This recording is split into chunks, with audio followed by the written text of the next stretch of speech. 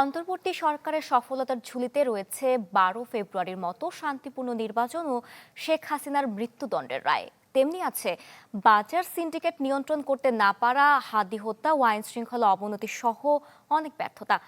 18 মাসে ইউনূস সরকার প্রশাসন কতটা সফল বা ব্যর্থ তা খুঁজে দেখেছেন সহকর্মী আবির হোসেন। এ গ্রেড ক্লিংকারের কনফিডেন্স সিমেন্ট বাংলাদেশের হৃদয় জুড়ে। গণ অভ্যুত্থানে আওয়ামী লীগ সরকার পতনের পর অন্তর্বর্তী সরকারের মূল লক্ষ্য ছিল তিনটি: সংবিধান সহ বিভিন্ন ক্ষেত্রে সংস্কার, জুলাই গণ অভ্যুত্থান ঠেকাতে মানবতা বিরোধী অপরাধের বিচার এবং সুষ্ঠু নির্বাচন আয়োজন। 24-এর গণ অভ্যুত্থানের সময় দেয়ালে দেয়ালে তরুণরা যে নতুন বাংলাদেশের স্বপ্ন এঁকেছিল তার চেতনাকে প্রাতিষ্ঠানিক রূপ দিতে জুলাই সনদ এবং 11টি সংস্কার কমিশন গঠন করে প্রায় 130টি নতুন আইন ও সংশোধন করেছে অন্তর্বর্তী সরকার। জারি করেছে প্রায় 600টি নির্বাহী আদেশ, যার প্রায় 84% বাস্তবায়ন হয়েছে বলে বিদায়ী ভাষণে দাবি করেছেন প্রধান উপদেষ্টা।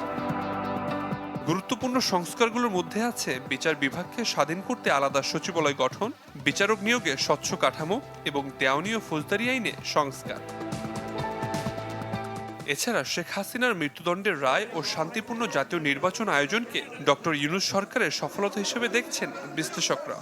যদিও শেষ সময়ে অন্তর্বর্তী সরকারের করা নানা চুক্তির আইনি ও নৈতিক বৈধতা নিয়ে প্রশ্ন আছে বিশ্লেষকদের। ফ্যাসিবাদী সরকারের যিনি পলাতক প্রধানমন্ত্রী আছেন ক্ষমতাচ্যুত, তার এবং তার মন্ত্রী পরিষদের কয়েকজনের মৃত্যুদণ্ড সহ আমরা দেখেছি যে বিচারের রায় হয়েছে। বিচারের যে মানুষের প্রত্যাশা, এই প্রত্যাশার জায়গাটাও তারা কার্যক্রম শুরু করতে পেরেছেন।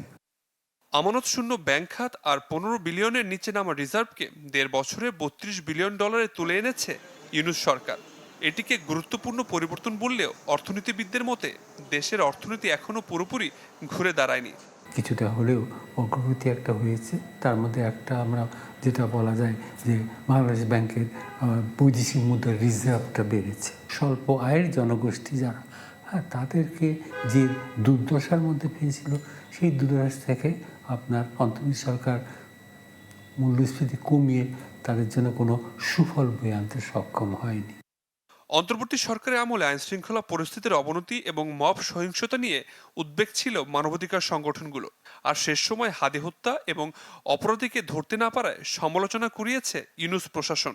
হাদি হত্যাকাণ্ড থেকে শুরু করে বাকি যত হত্যাকাণ্ড আছে এগুলোকে কানেক্ট করতে হবে একটা সূত্রে, যে এগুলোর পিছনে কোনো ষড়যন্ত্র ছিল কিনা। সরকারের গাফিলতি যদি থাকে তাহলে মানুষের সন্দেহ সরকারের প্রতি আরো বাড়বে। সফলতার ব্যর্থতার 1.5 বছর শেষে অন্তর্বর্তী সরকার বাংলাদেশকে রেখে গেল রাজনৈতিক সরকারের হাতে। 24-এর গণঅভ্যুত্থানের মধ্য দিয়ে নতুন বাংলাদেশ কতখানি এগিয়ে যাবে, সামনের দিনে সেদিকে নজর থাকবে অনেকের। আবির হোসেন, চ্যানেল 24, ঢাকা।